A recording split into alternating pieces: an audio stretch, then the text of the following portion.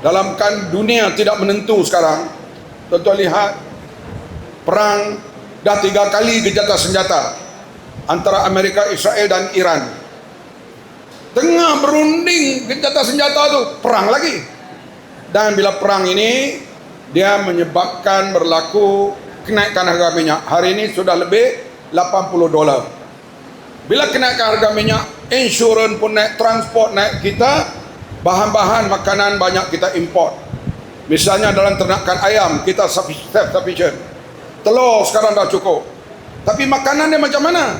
Sebab kita import grain corn dan soya 100%. Kalau berlaku kenaikan harga barang makanan ayam itu, makanan ikan itu, maka akan berlakulah kenaikan harga barang di Malaysia ini. Sekarang ianya tidak naik kerana kerajaan memberi subsidi yang agak besar, terutama dalam minyak, untuk supaya ia kekal dalam harga RM1.99.